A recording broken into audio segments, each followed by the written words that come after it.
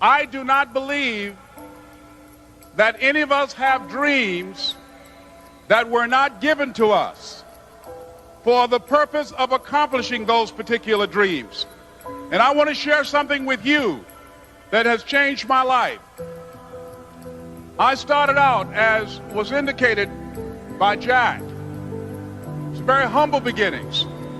I don't know what that dream is that you have. I don't care how far-fetched it might appear to be. I don't care how disappointing it might have been as you've been working toward that dream. But here's what I know, that that dream that you're holding in your mind, that it's possible. Let's say that together, please. Say, it's possible. See, sometimes we can't say, I can do that. But what we can say, that it's possible that I can have my dream as we run toward it, as we work on it day in and day out.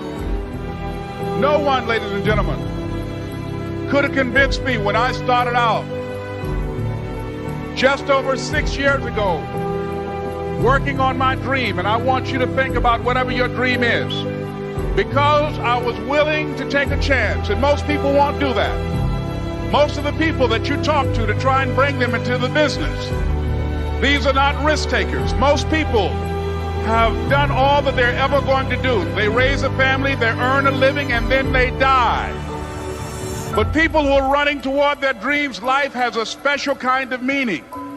And here's what I will share with you, that in the process of working on your dreams, you are going to incur a lot of disappointment, a lot of failure, a lot of pain, a lot of setbacks, a lot of defeats. But in the process of doing that, you will discover some things about yourself that you don't know right now. What you will realize is that you have greatness within you. What you'll realize is that you're more powerful than you can ever begin to imagine. What you will realize is that you're greater than your circumstances, that you don't have to go through life being a victim.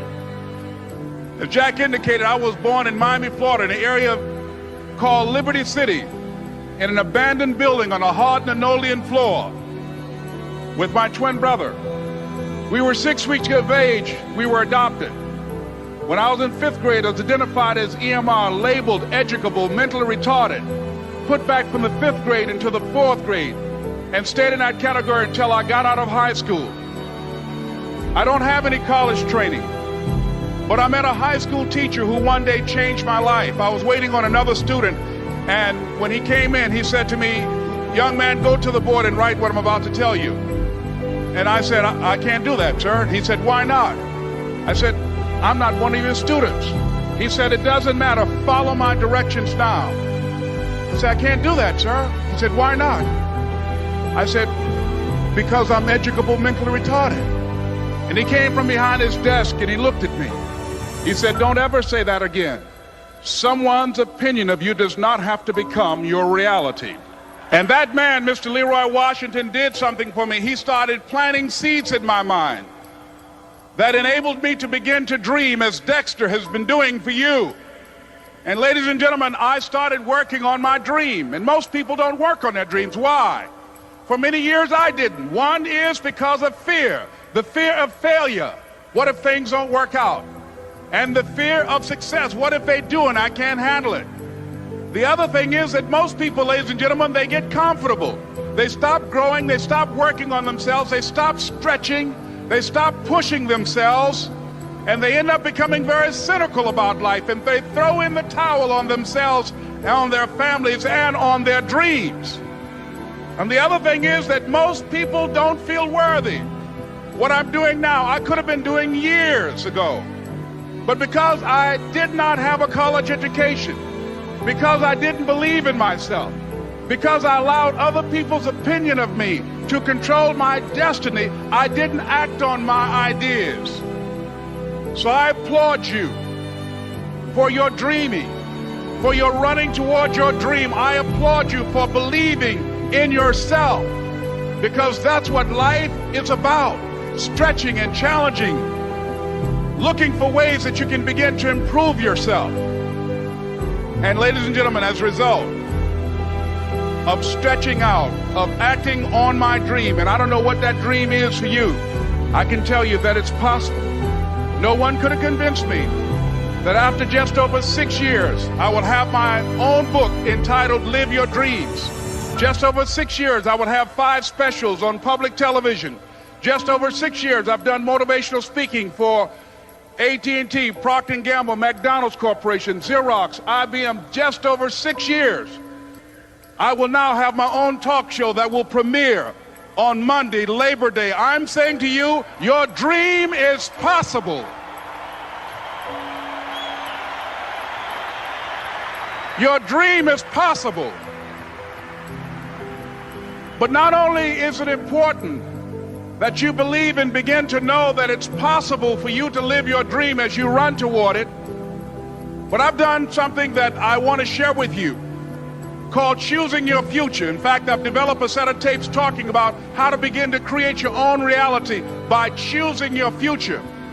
And not only is it important for you to know it's possible for you to choose your future, but it's necessary that you work on yourself, that you develop yourself.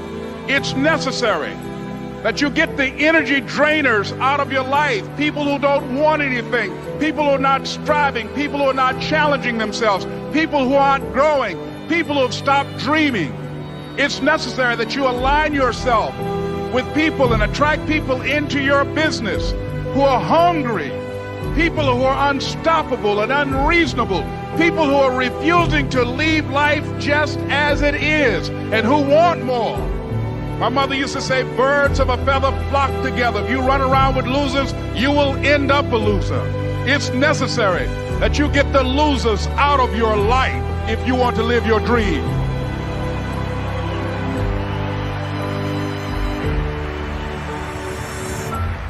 It's necessary to know that everybody won't see it, that everybody won't join you, that everybody won't have the vision. It's necessary to know that a lot of people like to complain, but they don't want to do anything about their situation, that you are an uncommon breed. You know, you have to know within yourself that I can do this. Even if no one else sees it for me, I must see it for myself. That's necessary. It's also, ladies and gentlemen, necessary that you be creative when you're working on your ideas, that you understand the importance of changing up, of readjusting your strategies. Many times we can have a great idea, but if you're not advancing it in the right way and things don't happen, you become discouraged and think the idea doesn't work. No, that's not true. It's necessary that we become creative. I remember when I was in New York walking down the street, and a guy approached me and said, "Hey, mister, can I shine your shoes?" And I said, "No, I'm in a hurry. I don't have time." I kept walking. Someone else said, "Hey, man, your shoes look clutty. May I shine your shoes?" I said, "No, I don't have time. I'm sorry, I'm busy." And I was walking fast, and many people solicited me for my business. And then finally, a young man stepped in front of me, and he said, "Excuse me." And he started counting, 97, 98, 99, 100. He said, "Sir?" I said, "Yes." He said, "Come here, please." I said, "What is it?" He said, "Today is my birthday. And every year, just to thank God for another year of life, the 100th person who passes my shoe shine stand, I offer them a free shoe shine. Would you give me the honors?" I said, "Why, sure." I got up on the shoe shine stand, George, and I sat there, and he shined my shoes diligently. And when I got down, I looked at them, they were sparkling. And I was walking away, and I said, "Thank you." And I stopped, I said, "Excuse me, but how much do you usually charge?" He said, "Only $2. I said, "I tell you what, today's your birthday. Here's $5, keep the change." He said, "Thank you." As I was walking away, looking in the opposite direction at other people coming, he started counting again. 97, 98, 99, 100.